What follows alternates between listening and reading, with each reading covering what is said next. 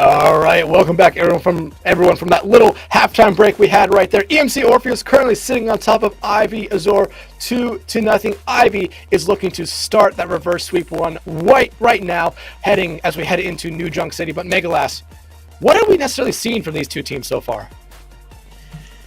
I mean, it's kind of interesting, right? Lijiang, we saw a bit of Rush variations, a little bit of Orisa, mostly Orisa actually, a little bit of Rhine here and there. Meanwhile, on the other side of it, going into King's Row, we saw a Sigma matchup in what was sort of the meta composition, right? Where we had the Mei, the Bastion, the Baptiste, all the characters you know and love from your ranked games. But so far, it seems as though the main theme has just been EMC has been able to out-tempo Ivy Azure. Definitely, they looked a lot better on King's Row than they did on Lijiang. They were able to kind of put some interesting fight carries in their, or fight wins in their backpack, but not able to convert it to a full-on map win. So Ivy Azure heading into New Junk City. If I had to guess, they might try to force a little bit of Rhine with like a Sim TP around, potentially even more of that Junker Queen look we saw from their first offense on Kings. But I mean, New Junk City, this is just kind of where you go if you're not confident on Servasa. Like, I feel like Servasa definitely is just the easier, better map, so we'll have to see if it works out for Ivy here. Yeah, and you brought something up that I was going to talk about a little bit. Ivy Azure has shown us that they are willing to play a Junker Queen, and we see EMC Orpheus coming out with it as well. And I kind of thought, heading into this map, especially with it being New Junk City, the Junker Queen kind of does play a little bit better into this map than maybe a Sigma. Oh yeah, no, absolutely. You know, you've seen this almost at all levels of play, whether it's your comp games here or potentially even at OWL, right? This map, it feels more Rush favored, but it almost kind of comes down to a tank, rock, paper, scissors of I'm going to go this tank, you go this tank, so on and so forth, back and forth. But both teams willing to rock out on the Queen here. Slight differences, though, being the DPS lines. We're going to rock the Tracer and the Sojourn for Ivy Azure. Meanwhile, the Reaper Genji for EMC could lead to some interesting things with the Dragon Blade being in the pocket of EMC. Yeah, and also seeing the Reaper is very interesting as well. I think EMC was maybe thinking that we would see a little bit of a dive come out here from them. But, you know, they want to play very fast. Everyone is just basically playing around the point at the moment. They're just circling around and waiting for someone to pick the first pick. Yeah, I mean, everyone poking back and forth. Ivy somehow gets a cap out of this, probably with the Tracer, but there's the first pick of the fight. Yeah, and then there's the next two going the same way as EMC, already looking to clean up this fight right now. Crimson trying to do whatever they can. They will find Nixo there. This is a great start here for Ivy, actually. Even though they lose the point here, they do have that free 21%.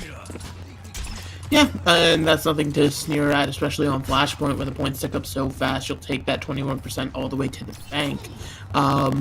But yeah, having to come back into this one, I feel like your Tracer is going to have to find value by getting onto the enemy supports, and that otherwise you're not going to be able to succeed as well with this comp. But we're seeing everybody force back. And again, in the second straight fight that Ivy loses a support very early, and it's a huge one there of Fantasy. However, you do see a trade right come out there as Cook does lose their life to Hutchie, and Ivy is sort of trying to find the next one here. Crimson, though, very low on health. Aristotle going to be able to find Esker there, and now each team maybe just looking for their way out, and it will be Aristotle finding the tank duel there, winning it over Connor at the moment. Yes, indeed, as now we're ticking up above 70%. This means we're entering final fight territory for at least this point. Fantasy just kind of waiting outside, like, alright, maybe this time I won't get my head ripped off first. But, yeah, it's going to be an interesting little push here. Both teams coming up on a plethora of ults, so it'll be interesting to see kind of who uses what and who can do it first. As they just give up the point. Yeah, it doesn't look like anyone's going to use anything there. And if you're Ivy Azure, maybe that's the right play for you, but at the same time you just gave EMC a whole bunch of ultimates going into this next fight. Yeah, and now there's kind of like this weird fight, and Crimson's going to be late to it as the Tracer in the backline, Lamp forced, and Lucio's down. Rampage coming out there from Aristotle will find 2 or 3 with it, already finding those 3 right back. It's going to be a team kill, and the first point cap for point 2 going over to EMC once it opens. Yeah, like, that just felt like such an odd fight. You know, that whole, like, kind of scenario where you gave up the first point, didn't try to go in with potentially a Tracer touch to trigger the OT or anything like that, into... You took an early fight before this point even unlocked, and the only ult really expended for anybody was the Rampage on the side of EMC. Yeah, but now both teams come up on basically all their ultimates. Like you said, Aristotle was the only one to use anything on that first fight. Here comes the overclock from Hutchie. They will find one. Baptiste Main, though, will find one right back. Now the Rampage coming out from Connor. Misses on everyone there. However, Ivy Azure winning the fight at the moment, going to be able to take point here. They just have to get rid of Aristotle. Like, I feel baffled, befuddled, if you will, about what's going on here, as it's just going to be kind of some stagger cleanups. Nixo finally falling at the end of this. The Joker Queen should be falling here as well, yeah. But yeah, just very, very odd from both teams that the Dragon Blade got pulled somewhere in there. Didn't even realize that kind of happened. EMC Orpheus, though, could be potentially setting up for a nice little Death Blossom here, and... Like, I'm just trying to think of where the Reaper could kind of go with it, right? You're most likely going to be wanting to go onto Fantasy once again, find the Baptiste. That's been your bread and butter so far. You might as well stick to it. I'll be watching out for maybe them to combo that up there with Baptiste being use that beat, gives him a lot of pressure there, but the pulse bomb comes out, doesn't stick on anyone, but Baptiste Main just to accidentally walk over there at the end, able to find a great start here for Ivy. As they win this fight here, they will win this point and even out the score, but right now, each team still looking for Pixie. The Amp Matrix coming out there from Fantasy. It'll be Connor winning this fight over Aristotle this time, and it will be Ivy Azure taking point 2 here. Yeah, the point ticked up so fast, it's already over. Blink and you miss it, I guess. So now there's going to be potentially some follow-up picks here coming from Ivy Azure, but they got exactly what they wanted, the Baptiste, and now they're going to be heading to the next flashpoint, though. Plenty of time for EMC Orpheus to come back into this one, but you got to regroup and spawn. You have to be able to push in here. A lot of ultimates still being held. You know, they've had both these support ultimates and the Death Blossom online for a while, but not really finding opportunities to use them, I guess. But speaking of ultimates, Knicks are going to start off with their Amage. It's find Hutchie immediately right there, but we fancy train that out there on the Jedi Penguin. Still, each team down only one member right now. Here comes the Rampage from Connor. Only hits Baptiste Main, who does have to use the beat to keep themselves alive, but all the kills are going the way of EMC at the moment. Connor may be able to find one there, but at the end of the fight, it will be EMC taking it and taking this point. Yes, indeed, and they take it in a pretty stable fashion. You know, it started out that fight, Nixo dropping another amplification matrix, and they're able to find value through it. Just kind of the damage that Baptiste can do through his own window is truly astonishing. But yeah, point ticking up for EMC here, but they gotta find it. They're gonna be able to find another fight win, either potentially with this Blossom or the Junker Queen Rampage. Or Nixo finding Fancy out early. Here comes the Death Blossom. Not going to be able to find anything as Hutchie says, sit down with a railgun shot to the head. But we Baptiste Main saying, hey, sit down with this punch instead. And now Ivy Azure already on the back foot here. And I think what's so crucial is EMC Orpheus, like, it's not just, oh, they're getting the first pick, because these first picks are getting traded quite a bit. It's the fact that it's Fantasy that keeps going down. You lose your Baptiste, you're losing pretty much all of the healing you have in this composition. Sure, Lucio can heal, but he doesn't heal in the same way a Baptiste can, and it just puts Ivy at such a disadvantage.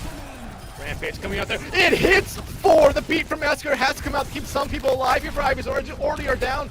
Connor here. Hachi will be able to find one, but Jedi Penguin comes right back with two of their own. And EMC Orpheus can be able to take point two there. They're only 1 point win away from winning the series. Yeah, and I feel like there's almost sort of a point mismanagement happening from Ivy Azure, right? Like their timings on when they're going in for these fights or these engagements, it's just kind of, it feels like too late, and there's not going to be anybody to get to point, even if the engagement goes in their favor, right? So it could just be good, sort of gatekeeping from the side of EMC, but Ivy Azure, they definitely have to focus more on the objective and being able to gain something from it. Overclock coming out here from Hutchie. They're going to be able to find one. Can they turn it into two? But they already find Baptiste, and that's huge. Immortality Field coming out fancy. Will find Cook there. Aristotle can be the only one to find anything this fight, while the rest of Ivy Azure cleans up the fight and will take this point first. Yeah, and I do like this adaptation now that Crimson's gone over to the Genji instead of the Tracer. Obviously, Tracer's really nice for building up the pulse bomb, but she's definitely more in the vein of that hardcore flanker DPS, and if you're not able to find the supports consistently, then there's no real point to you going for them at all. So, going into the next fight, Ivy's Azure is going to have the Dragon Blade here online set up for it. Speaking of the Dragon Blade, here comes out. Already finds one. Now the Dragon Blade comes out from the other side. Crimson does find two with it. Can they find a third? Not going to be able to here. Cook does find two of their own, making a third one there with the dash. And now EMC Orpheus in control of this fight. Cook looking for another one here. Can they find the fourth? They're not going to be able to. As Baptiste main takes it away, but Ivy Azure going to be able to get up to about 68% here before EMC takes the point. Yes, indeed. Crimson so busy with their own Dragon Blade, they didn't realize on the other side, Cook just absolutely tore their team to shreds with it. Now going to be going over to the Mei, potentially just kind of make yourself sustain a little bit better, potentially just looking for more damage with that left click, but we'll have to see if it truly works out in their favor as they're blocking up high ground. Rampage comes out, hits two there. The Immortality Field has to come out there and try to keep Aristotle alive, but Esker be able to find them right there. That's a huge pick-off for Ivy Azure as they desperately try to retake the point here and even up the map. The Death Blossom, though, it comes out. It's huge. It finds two, and two more follow-up kills right after that for EMC. Now they're just trying to get rid of Cotton here, and eventually they will be able to. It will be a team kill here for EMC.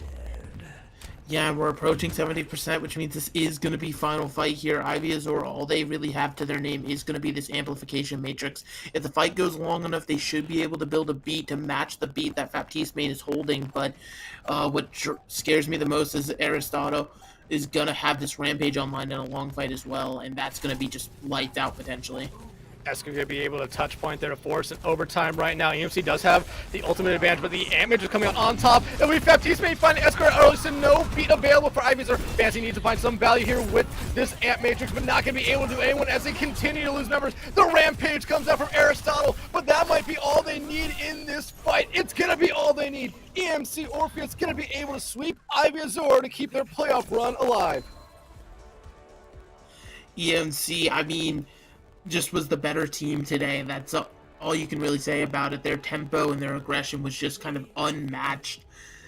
And it wasn't like there was like, oh, this person was popping off really help. No, the whole team each had their own individual pop-off moments, but they just worked so well in synergy with each other with this fast tempo they wanted to play.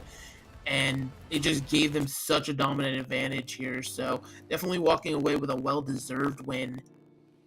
And yeah, that's just a dominant 3-0. Yeah, I mean, you see the map score right there, and you do have to give Ivy Azure. They did look better after Lijiang Tower. The King's Row was really good. New Junk City, in my opinion, was probably the best they had looked all series. But then we saw EMC Orpheus come out with that Drunken Queen comp of their own, and almost play it a little. They did play it a little bit better than what we saw Ivy Azure come out there with.